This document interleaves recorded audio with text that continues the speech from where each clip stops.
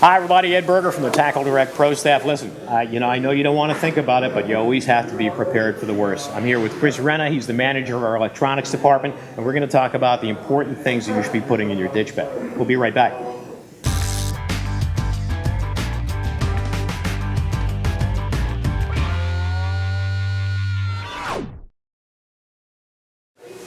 All right, Chris, you don't want to use them, but you don't. But you got to have them. That's correct. Right?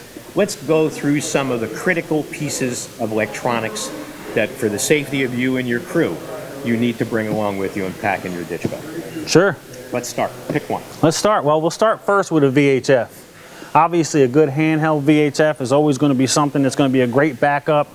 If you're in the water, it's cold, you're scared, whatever's happening, you have this as a means of communication to search and rescue. It's always a good thing to have. Boats nearby, this could definitely get you out of a whole lot of trouble. Right, and some of the newer handheld VHFs not only float, not only have strobes in them, yes, but I mean they also have DSC. That's right. So it can help identify to the boats that are around you nearby that don't have access to the EPIRB signals. Correct. To exactly where you are. And if, again, heaven forbid, that you're ever in a situation where you need to be rescued and SAR is in the area, it allows you to contact them and tell them exactly where you are. That's right. A good waterproof handheld VHF radio, one critical part of the puzzle for what must be in your ditch bed. That's right. Let's take another step.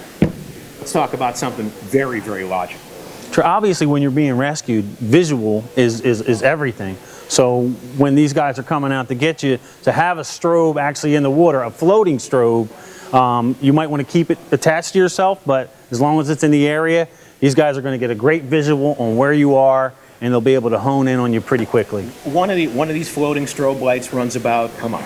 Oh, I would say anywhere from $100 to $50. Yeah, down to $50 for one of the smaller ones. You can see, I mean, basically what happens, there's a little strap that comes with it. Now, this is something that literally should be attached to your personal flotation device. That's correct. It's really simple to operate. It's got a flashlight on one end. You just give it a twist. I hope I'm not whacking you too much there with the camera there.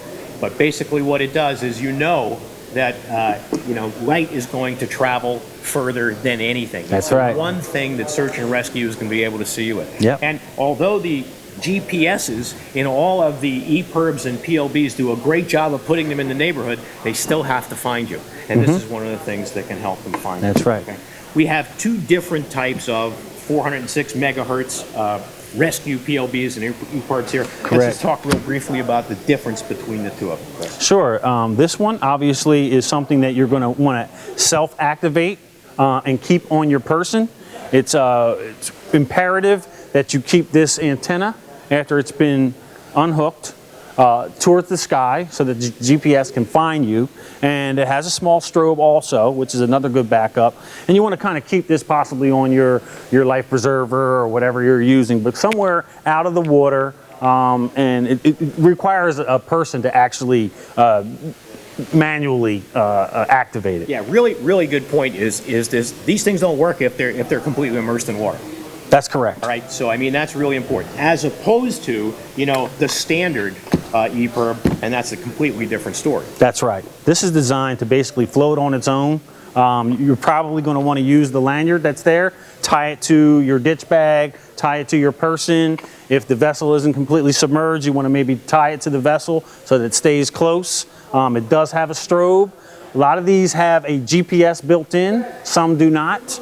It's optional, though, that you can buy a cable that will connect to your vessel GPS to make sure the position is stored in the memory. It just makes for a quicker search and rescue. Right, and this one can either be activated manually, just like the PLB can, which is by flipping the switch all the way to the back.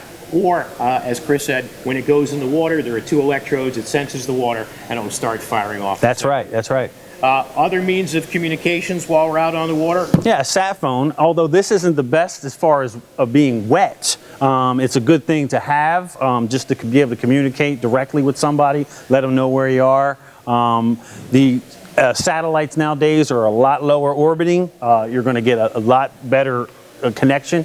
It's just a little more It's less waterproof, I would say. Yeah, and it's also a lot less reliable. That's correct. The truth of the matter is that under no circumstances should you go offshore relying on either a sat phone or a VHF radio as your rescue. That's correct. It is absolutely, positively not your rescue tool. These are short communications tools. It's more for calling your wife and telling you that you're going to be late. That's right. You know, than it is to risking the lives of everybody on your vessel and your cell phone. Yes. And I guess the next quick step, and this wouldn't go in your ditch bag, but this would just be the hydrostatic release box that goes along with a standard EPIRB. And this simply is kept, you mount this on the boat in a dry place.